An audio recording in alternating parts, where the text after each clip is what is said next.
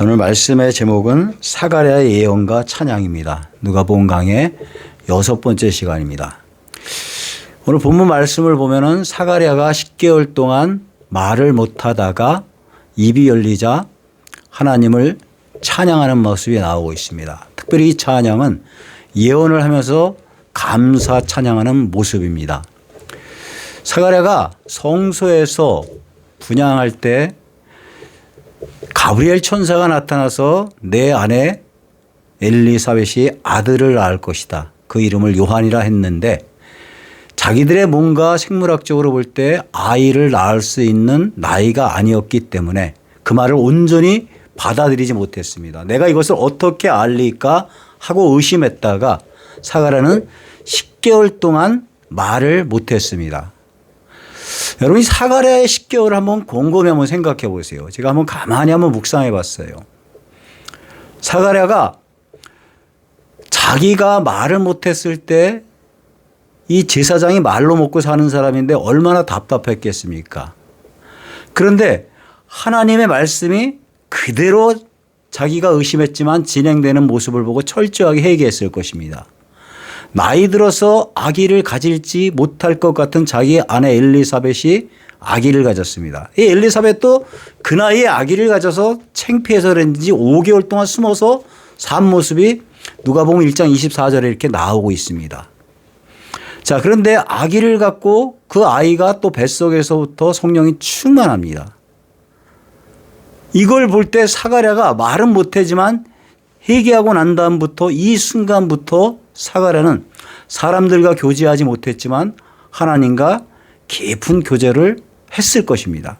그리고 그 하나님과 깊은 교제 속에서 은혜가 충만하고 성령이 충만한 그러한 말 못하는 삶 속에서 그 은혜를 갖다 누렸습니다. 그리고 우리가 지난번에 살폈듯이 세례 요한이 할례를 받고 이름을 짓고 난 다음에 그 10개월 동안 막혔던 입이 열려가지고 하나님을 찬양하는 모습이 나오고 있어요. 여기 64절 보니까 뭐라고 그랬어요? 이에 곧 그 입이 열리고 혀가 풀리며 말을 하여 하나님을 찬송하니.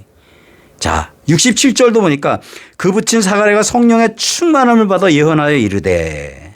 자, 10개월 동안 말을 못하다가 입이 열려가지고 하나님을 감격 가운데 찬양하는 이 사가랴의 모습을 한번 생각해 보세요. 여러분, 이 사가랴의 찬양하는 모습을 보고 우리가 정말 신앙생활하면서 정말 귀중한 그 감사와 찬양이 뭔지를 한번 발견했으면 좋겠습니다. 사가랴가 찬양하는 이 모습 얼마나 귀한지 모릅니다. 감격이 있는데 정말 저는 오늘 본문 말씀을 보면서 우리 교인들이 신앙생활하는 모든 사람들이 어떤 것을 사가랴가 찬양하는지 바로 알고 우리가 이걸 배웠으면 좋겠습니다. 여러분, 사가랴가 10개월 동안 입이 열리지 않아도 입이 열렸는데 찬양한 게 뭐예요? 하나님, 내 입 열어주셔서 감사합니다. 그거 찬양했어요.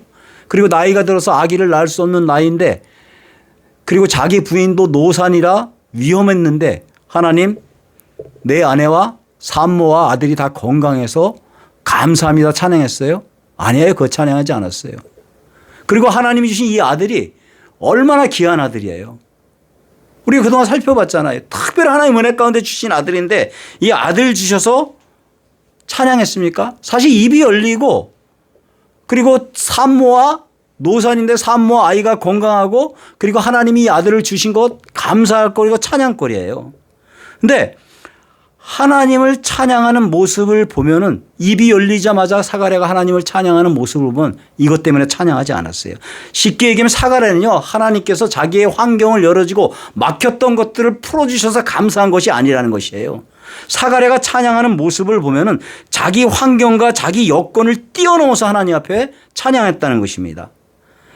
하나님이 나에게 주신 은혜를 감사한 것이 아니라 자기 민족에게 자기 백성에게 주신 은혜를 갖다 감사했다는 것이에요. 성령 충만한 가운데서 하나님께서 자기 민족을 불쌍히 여기셔서 그 당신의 하나밖에 없는 귀한 아들 예수 그리스도를 갖다 보내주시는 그 모습을 보면서 사가랴는 하나님 앞에 감사하고 있다는 것이에요. 여기 우리 민족을 돌보셨다 그랬어요. 68절 69절 말씀 한번 보겠습니다. 68절 69절이요. 찬송하리로다 주 이스라엘의 하나님이여 그 백성을 돌보사 속량하시며 그 백성을 돌보사 속량하시며 우리를 위하여 구원의 뿔을 그 종 다윗의 집에 일으켜셨으니. 자, 여기 68절 보니까 주 이스라엘 하나님이여 그 백성을 돌보시며 속량하시며, 48절도 보니까 마리아가 하나님을 찬양할 때 어떻게 찬양했어요? 그의 여종의 비천함을 돌보셨다 그랬어요. 여기 돌본다는 말이 굉장히 중요합니다. 여러분 성경에 한번 이 체크해 주세요. 돌본다는 말이요. 너무 중요한 말씀이에요. 돌본다는 말이 뜻이요, 방문한다, 찾아간다는 말이에요. 방문한다, 찾아간다는 말이에요. 다른 말로 신방한다는 말로 표현해도 될 것 같습니다. 특별히 누가복음에 보면요, 하나님께서 고통 가운데 그리고 사회적으로 소외되고 힘없는 사람들을 찾아가셔서 방문하셔서 만나 주셔서 위로해 주시는 모습이 많이 나오고 있습니다. 그 당시 고아나 가부나 이방인들, 사회 계층에서 떨어지는 사람들을 갖다 직접 찾아가셔서 예수님이 그들을 방문해서 위로해 주시는 모습들이 많이 나오고 있어요. 그러니까 이스라엘의 하나님이 그 백성을 돌보셨다는 말은요, 그냥 가만히 보고만 계신 것이 아니에요. 고통 가운데 있는 그 백성들을 갖다 찾아가셔서 방문해 주셔서 그들을 갖다가 도와주셨다는 것이에요. 여러분 지금 이 신약 시대로 넘어오는데 말라기서부터 그 마태복음까지는 종이 한 장 차이지만요, 공간 시간적으로는 300년 400년입니다. 이 시대를 갖다가 암흑기라고 얘기하고 침묵기라고 얘기합니다. 왜 암흑기고 침묵기입니까? 하나님이 이스라엘 백성들을 방문하시지 않았기 때문이에요. 하나님의 말씀이 없었기 때문에, 하나님이 침묵하셨기 때문에 그 시대가 침묵기였고, 그리고 그 시대가 어두운 시대였기 때문에, 말씀이 없어서 어두운 시대였기 때문에 그 시대를 갖다 암흑기라고 얘기하고 있습니다.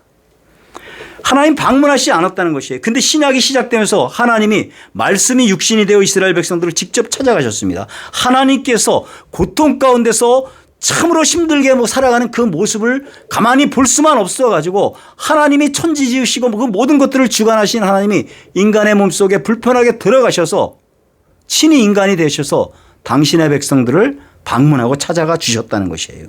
이게 바로 뭐예요? 그 백성을 돌보사 속량하셨다는 말이에요. 하나님이 그렇게 찾아가셔서 우리에게 자유와 하나님 나라를 주시고, 그리고 그 예수 그리스도를 갖다 십자가에 우리 죄를 갖다 속량하기 위해서 죽이셨다는 것이에요. 성경을 보면요, 하나님이 당신의 백성들을 찾아가셔서 방문해 주셔서 위로해 주시고 함께하는 모습들이 참 많이 나오고 있습니다. 요셉 같은 경우는 애굽의 종으로 팔려가서 종살이하고 억울하게 모함받아가지고 감옥살이하고 있었습니다. 그렇게 힘든 요셉에게 하나님께서 찾아가셔서 그와 함께 하셨기 때문에 성경은 요셉이 하나님과 함께함으로 형통했다고 얘기했어요.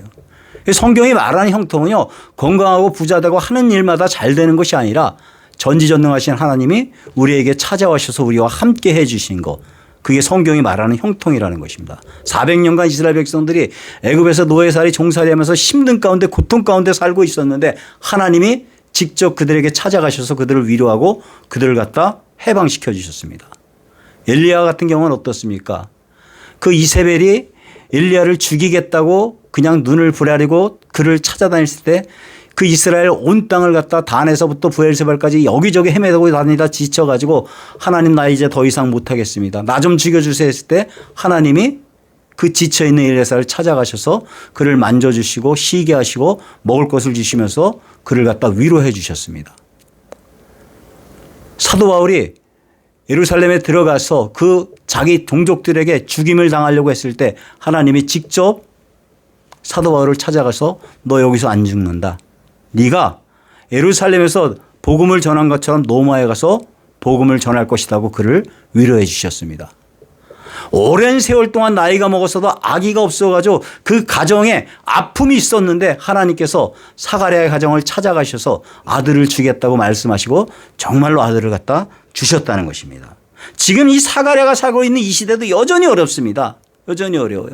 정치적으로는 이스라엘 백성들이 로마의 식민지 생활을 했고, 종교적으로 신앙적으로는 그 시대에 제사장들이 얼마나 타락했는지 정치 권력과 야합해가지고 자기 배를 삼는 그러한 시대였습니다.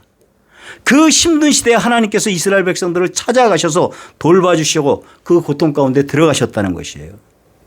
여러분, 하나님 이렇게 우리를 돌보아 주시는 하나님이십니다. 우리가 고통 가운데 어려운 가운데 있을 때 그냥 보고만 계시는 분이 아니라는 것이에요. 그 고통의 현장 속에 우리 삶의 현장 속에 직접 찾아오셔서 방문하셔서 그 문제를 갖다 해결해 주시고 우리와 함께 해 주신 좋으신 하나님이시라는 것이에요. 사가랴가 이 하나님의 모습을 보면서 하나님의 그 돌보아 주심, 속량해 주신 은혜를 지금 감사 찬양을 하고 있는 것이에요. 앞에서 얘기했듯이 사가랴의 찬양을 보면요, 환경을 초월한 감사합니다. 우리가 감사하는 거하고 정말 차원이 다른 것 같아요. 나이 들어서 자식 없는 부부에게 귀한 아들 주신 것 감사하지 않았습니다. 68절 69절 말씀에서 보았듯이 사가랴는 하나님이 자기 민족의 어려운 삶을 돌봐주셔서 간섭해 들어와 주셨다면서 오실 예수님 메시아를 바라보면서 예언적 찬양을 하고 있다는 것입니다. 사가랴는 하나님이 다윗의 가문을 통해서 구원의 뿔을 세워서 이스라엘을 구원하시기 원하신다는 것을 알고 그거를 알고 너무도 감격 가운데서 이 하나님을 찬양하고 있는 것입니다. 여러분, 신앙생활하면서 예수 믿으면서 정말 하나님의 은혜를 아는 사람은요, 하나님이 나의 삶 속에 찾아오셔서 나를 이 모양 저 모양으로 도와주셨다는 것을 알 수가 있습니다. 내가 아기 낳을 수 없는데 아기 낳게 해주셔서 감사합니다. 우리 자식 좋은 직장 가게 해주셔서 감사합니다. 내가 집을 살 수 있는 능력이 없었는데 하나님의 은혜로 집 사게 해주신 거 감사합니다. 내 몹쓸 병 고쳐주신 거 감사합니다. 내 기도 들어주신 거 감사합니다 하고 하나님의 은혜를 아는 사람은 감사합니다. 이것도 귀한 것이죠. 그러나 우리에게 있어서 진정으로 귀한 감사가 뭡니까? 이 모든 것들보다 전지전능하신 하나님이 나를 찾아오셔서 나를 돌봐주셨다는 것이에요. 이게 참 귀한 거예요. 이거보다 더 귀한 게 뭐예요? 하나님이 당신의 사랑하는 아들을 저와 여러분을 위해서 이 땅에 보내주셨다는 것. 이게 더 귀하다는 것이에요. 나의 신앙 속에요, 이 궁극적인 감사가 있고 이 궁극적인 감사가 회복되면요, 삶이 아무리 어렵고 삶이 아무리 힘들고 삶이 아무리 답답할지라도요, 하나님이 나를 오셔서 돌봐주신다는 그 신앙 가지고 하나님 앞에 감사할 수 있는 삶을 살 수 있다는 것이에요. 저와 여러분이 우리를 찾아오셔서 지금까지 돌봐주시고 구원의 은혜를 주신 그 하나님을 찬양할 수 있는 그 감사를 회복할 수 있게 되길 주님의 이름으로 축원합니다. 자, 두 번째로 사가랴는 하나님이 우리 조상들과 맺은 언약을 통해서 우리를 긍휼히 여긴 것을 감사하고 있어요. 다시요. 첫 번째 사가랴가 감사한 게 뭐예요? 우리 민족을 돌봐 주시고 속량해 주시기 위해서 예수 그리스도를 보내주신 것을 감사하고 있어요. 두 번째는 뭐라고요? 하나님이 우리 조상과 맺은 언약 때문에 우리를 불쌍히 여기고 우리를 긍휼히 여겨주신 것을 감사한 것이에요. 쉽게 얘기하면 언약 때문에 감사했다는 것이에요. 72절 73절 보겠습니다. 72절 73절이요. 우리 조상을 긍휼히 여기시며 그 거룩한 언약을 기억하셨으니 곧 우리 조상 아브라함에게 하신 맹세라. 자, 여기 72절 보면요, 하나님이 우리 조상을 긍휼히 여겼다고 했는데 우리가 잘못을 범하고 하나님이 원하시는 삶을 살지 못하고 있음에도 우리를 불쌍히 여겨주신 것을 갖다 감사하고 있어요. 여러분, 우리가 부끄럽게 살고 우리가 하나님 뜻대로 살지 못하고 우리의 고집대로 사는데 하나님께서 왜 우리를 불쌍히 여겨주십니까? 하나님의 자식이라서요? 내가 이뻐서요? 아니에요. 하나님이 우리를 그래도 두드려 패지 않고 우리를 불쌍히 여기고 우리를 긍휼히 여기시는 것은요, 당신과 우리와 맺은 약속 때문인 것이에요. 언약 때문인 것이에요. 하나님은 공의로우시고 정의로우신 분이기 때문에 내가 죄를 범하고 내가 잘못하면 두드려 맞아야 됩니다. 물론 가끔 잘못을 벌일 때 심할 때 우리를 갖다 손을 보실 때도 있어요. 그러나 우리에 대해서 길이 참으시고 오래 참으시는 하나님의 모습이 성경에 많이 나오고 있습니다. 왜 그렇게 하나님께서 우리에 대해서 그렇게 길이 참으십니까? 하나님이 우리와 맺은 약속 때문이에요. 약속, 언약이요. 그 약속을 지키기 위해서 우리를 긍휼히 여기고 불쌍히 여겨주셨다는 것이에요. 여러분, 이 언약이라는 말이 굉장히 중요합니다. 이 언약이라는 말이 히브리어로 베리트란 말이에요. 베리트. 쪼갠다는 말이에요. 쪼갠다는 말이에요. 고대 근동사에서요, 그 언약을 치르고 계약을 치를 적에는요, 그 언약식을 치를 때 이렇게 치렀습니다. 양이나 소를 갖다 잡아 죽여가지고 반을 딱 갈립니다. 절반을 쫙 갈라가지고 이렇게 벌려놔요. 그리고 언약의 당사자들이요. 그 중간 사이로 쫙 지나갑니다. 그러면서 그들이 맺은 언약이 뭐예요? 너 이 약속, 나하고 맺은 이 언약 지키지 않으면 이 양이나 염소처럼 양이나 소처럼 죽는다는 것이에요. 아주 무서운 맹세죠. 무서운 언약이죠. 창세기 15장에 보면요. 하나님과 아브라함이 맺는 언약식이 나오죠. 언약이 나오죠. 3년 된 암소와 3년 된 소와 그리고 3년 된 수양과 집비둘기, 산비둘기를 가져와 가지고 반을 딱 자르죠. 비둘기는 작아가지고 자를 수 없어서 안 자르는데 반을 쫙 잘랐는데 그 사체 사이로 누가 지나갑니까? 하나님이 연기로 지나갑니다. 연기로 지나가는 모습이라. 이게요. 신의 산에 와서는요. 이게 피의 언약으로 바뀝니다. 피의 언약식으로. 제가 지난주에도 말씀드렸죠. 400년간 종살이하던 이스라엘 백성들을 신의 산 밑으로 데려와 가지고 하나님 뭐라고 합니까? 너희들 내가 여기까지 독수리 날개 업어서 이끌어온 거 잘 봤지. 앞으로 너희들 가나안 땅 들어가면은 나하고 여기서 지금 맺은 언약을 지키겠느냐? 예, 지키겠습니다. 지키겠습니다. 그리고 난 다음에 하나님이 창세기 아니라 출애굽기 19장 20장서부터 쭉 주죠. 십계명과 시민법과 도덕법과 손해보상법 등 해가지고 여러 가지 법을 갖다 쭉 줍니다. 쭉 줘요. 그리고 24장에 가서 그리고 너희들이 이 나하고 맺은 여기서 약속을 지키면 내가 너희들 제사장 나라고 복에 축복해주고 해주겠다입니다. 그러나 지키지 않을 때는 어때요? 벌을 주겠다 그랬죠. 그죠? 그러면서 출애굽기 24장 가면 피의 언약식을 쓰는데 짐승을 딱 잡아가지고 어떻게 해요? 그 양푼에다 피를 받아가지고 하나는 하나님의 보좌에다 던져가지고 하나님이 뒤집어 쓰고 하나님 이스라엘 백성들에게 뒤집어 씁니다. 너희들 이 약속 지키지 않으면 이 짐승과 소처럼 된다는 그 무서운 언약식이죠. 그죠? 이 피 뿌리는 것은요. 쌍방간에 누구든지 그 언약을 깨고 지키지 않는 사람은 죽는다는 것이에요. 생명을 의미하잖아요. 피는요. 이 계약 깬 사람은 죽어야 한다는 것이 얼마나 무서운 얘기예요. 굉장히 무서운 말씀이죠. 엄청난 언약을 한 것이에요. 그런데 여러분 구약 성경을 읽어보면 이스라엘 백성들이 하나님과 시내산 밑에서 맺은 그 피의 언약식 그 계약을 지켰습니까? 안 지켰잖아요.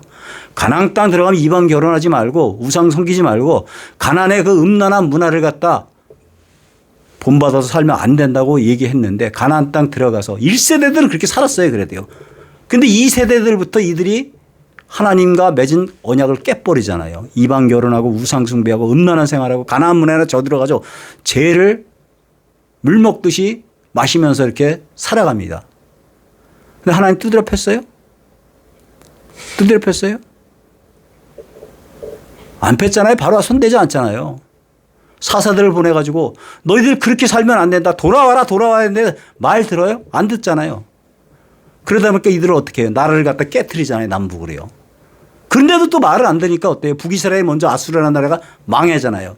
그러면 정통성을 가진 남쪽 유다가 아, 우린 저렇게 살면 안 되겠다 하면서 우리도 이렇게 이러다 망하겠다 하면서 정신을 차려야 되는데 정신 차렸어요? 못 차렸잖아요.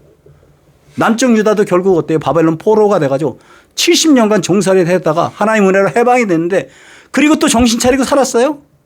정신 못 차리잖아요. 선지자들이 계속해서 말씀 전해도 정신 못 차리는데 이 정도 되면 나 같으면 그냥 이놈들을 갖다 대포라도 써가지고 그냥 겁이라도 줄 텐데 하나님 그렇지 않잖아요. 마지막에 참다 누구까지 보내? 당신의 하나밖에 없는 그 외아들 예수 그리스도까지 그 언약을 지키기 위해서 보내주셨잖아요. 보내주셨어요. 여러분 우리가 이 모습을 보면서요.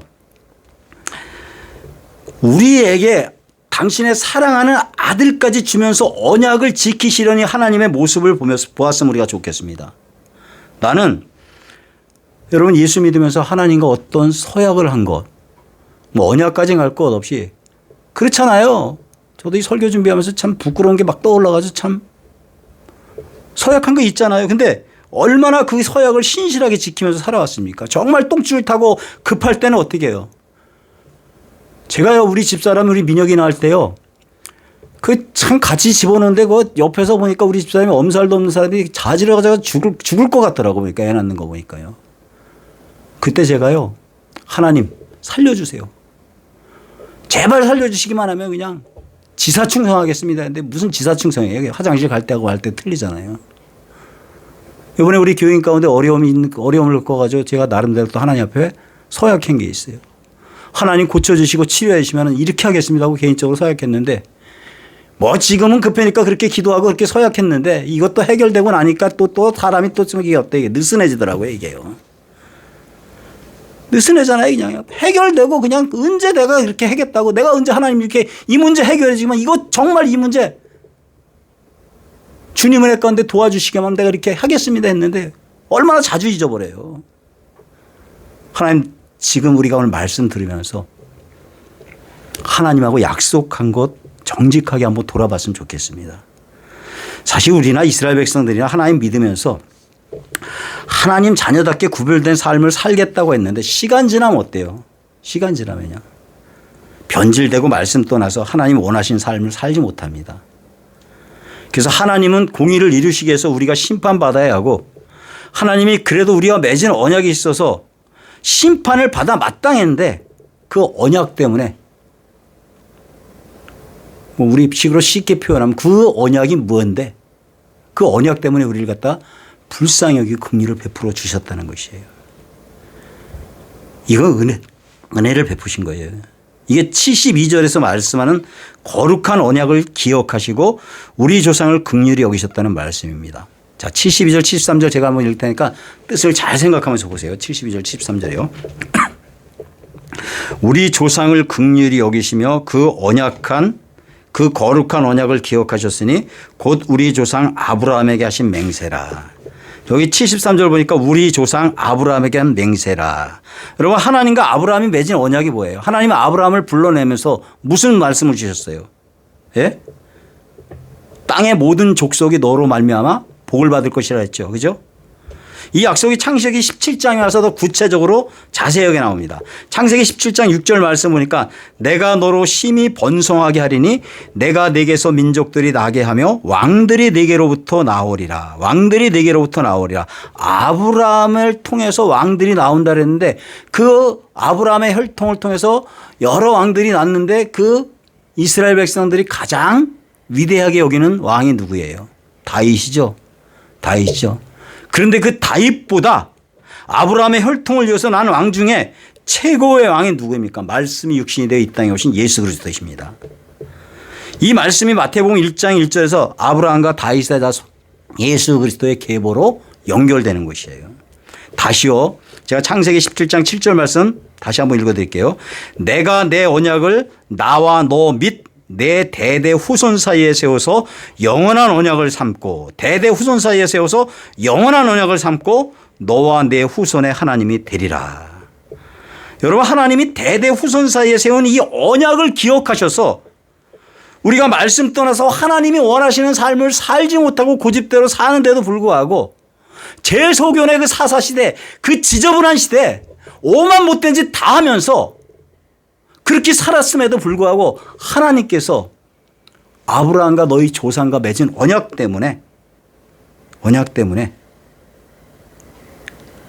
우리를 갖다 긍휼히 여기셨다는 것이에요. 우리 생각은 어때요? 이 언약의 근거에서 우리를 불쌍히 여겼지만 우리 생각에는 그렇게 엉망으로 살아가지고 한 대 좀 때릴 것 같은데 이 언약이 뭔지 이 언약 때문에 우리를 긍휼히 여기셨다는 것이에요. 그렇다면 우리가요. 나는 언약의 백성이기 때문에 내 마음대로 막 살아도 된다고 그렇게 생각해야 됩니까?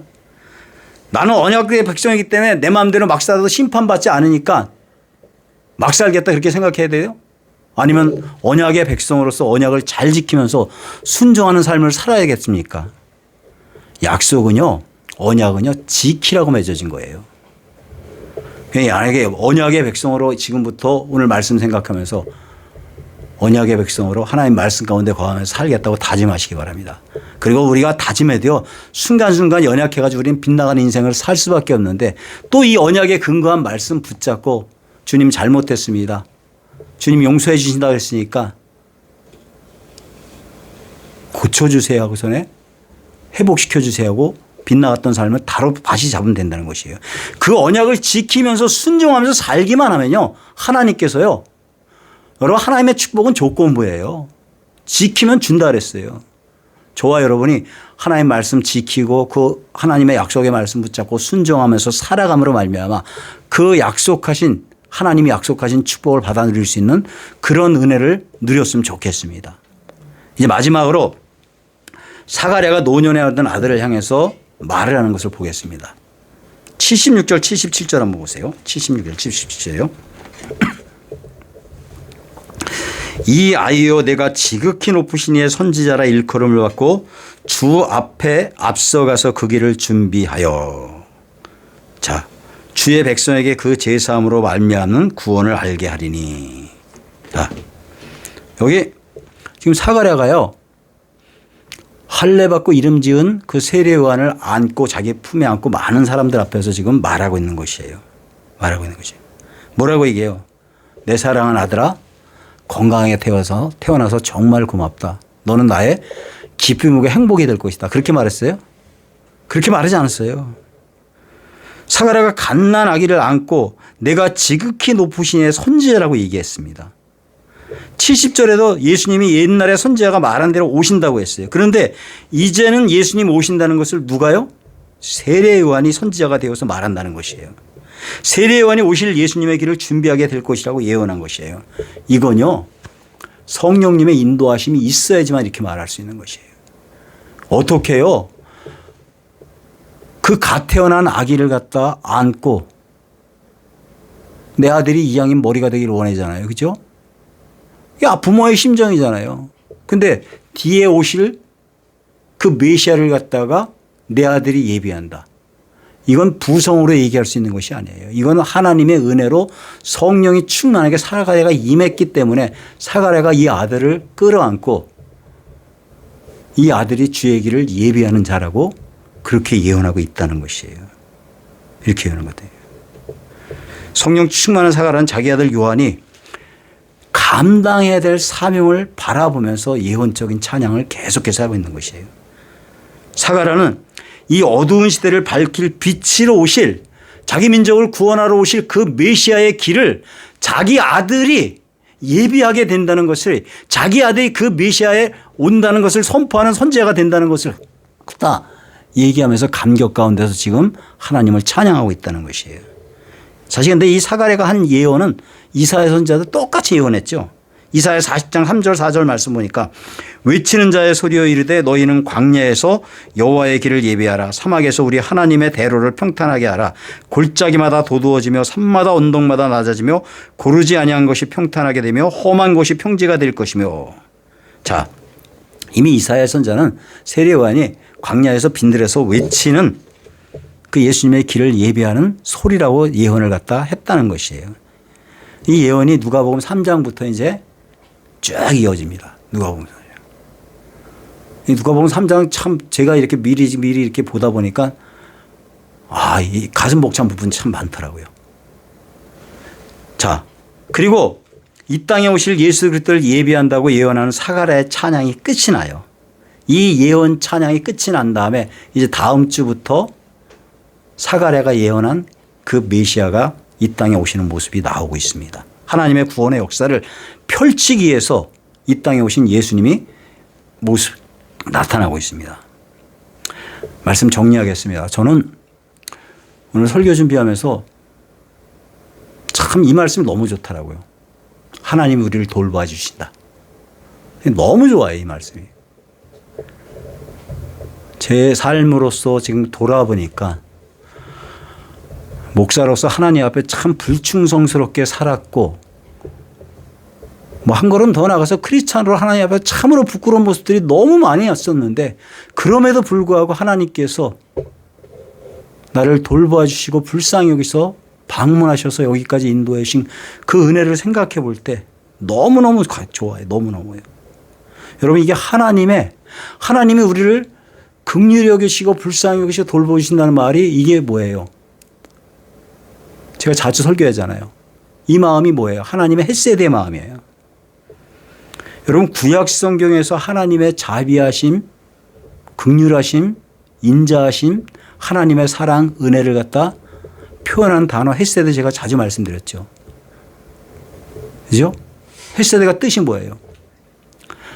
이게 하나님의 심장이에요. 하나님의 심장. 그러니까 쉽게 표현하면 이런 것이에요. 내 사랑하는 자녀가, 내 아들, 딸이 못쓸병에 걸려가지고 사경을 헤매고 있는데 그 사랑하는 아들이 사경을 헤매는 그 모습을 바라는 부모의 마음이 어때요? 찢어지잖아요. 찢어져요. 찢어지는 마음이에요. 하나님의 마음이 그렇다는 것이에요. 인간을 행복하게 살라고 만들었는데 인간들이 행복하게 사는 것이 아니라 죄를 범하고 불행하게 비참하게 사는 모습을 보는데 자기들은 비참하게 사는 그 삶의 모습도 알지 못합니다. 그래서 하나님의 마음이 너무너무 아파가지고 저놈들 저대로 놔두면은 저대로 내두면은 그냥 망할 수밖에 없다는 마음을 가지고 하나님이 찢어지는 마음을 가지고 당신의 하나밖에 없는 그 외아들 예수 그리스도를 갖다 이 땅에 보내주셔서 우리 죄를 대속하고 속량해 주셔서 우리에게 자유함을 주고 하나님 나라를 갖다 허락해 주셨다는 것이에요. 그런데 이 여러분 하나님의 헤세드의 마음이 어디서부터 나와요? 어디서 나온 것이에요? 하나님의 긍휼과 자비가 어디서부터 나온 것이에요? 하나님의 선하심에부터 나온 것이에요. 하나님의 선하심에부터. 저와 여러분요. 하나님의 선하심을 맛본 사람들입니다. 근데 그 하나님의 선하심을 맛본 사람들이 어떻게 살아야 됩니까? 하나님의 선하심을 맛보아 가지고 지금까지 살아가는 사람이라면 좀 내 주변에 있는 사람들에게도 이 하나님의 선하심을 맛본 사람으로서 좀 그 사람들을 좀 너그럽게 여기고 불쌍히 여기고 비판하고 그냥 비난하고 정죄하기보다는 우리도 똑같이 선하심을 맛본 사람으로서 그 하나님의 선하심을 조금 베풀면서 살아야 되지 않겠습니까? 우리가 이 하나님의 돌보시는 은혜를 생각하면서 그 하나님의 은혜를 갖다 주변 사람들에게 조금이라도 나누면서 살아갈 수 있는 하나님의 자녀가 될 수 있게 되길 바라겠습니다. 그리고 사가랴는 세례 요한의 오는 모습을 통해서 초림에서 오는 메시아를 갖다 요한을 통해서 예언하고 그 요한이 메시아의 길을 갖다 예비하고 준비한다고 예언적 찬양을 했습니다. 우리는 초림에서 오실 메시아를 갖다 자랑하는 것이 아니라 재림에서 오실 메시아를 갖다 소개하면서 내 주변에 하나님 나라를 선포하는 그러한 삶을 살았으면 좋겠습니다. 오늘 우리가 사가랴의 찬양을 통해서 하나님의 돌봐주신 애를 다시 한번 깊이 생각하고 그리고 그 하나님의 약속이 그 약속을 이루기 위해서 당신의 하나밖에 없는 예수 그리스도를 갖다 우리를 위해서 주셨고 그 약속 때문에 우리를 갖다 여전히 지키시고 보호하신 그 은혜에 대해서 다시 한번 감사하고 세례 요한처럼 오실 메시아를 갖다 그 길을 예비할 수 있는 신앙 가치관을 가지고 살아갈 수 있는 하나님의 종들 다 될 수 있게 되길 주의 이름으로 축원합니다.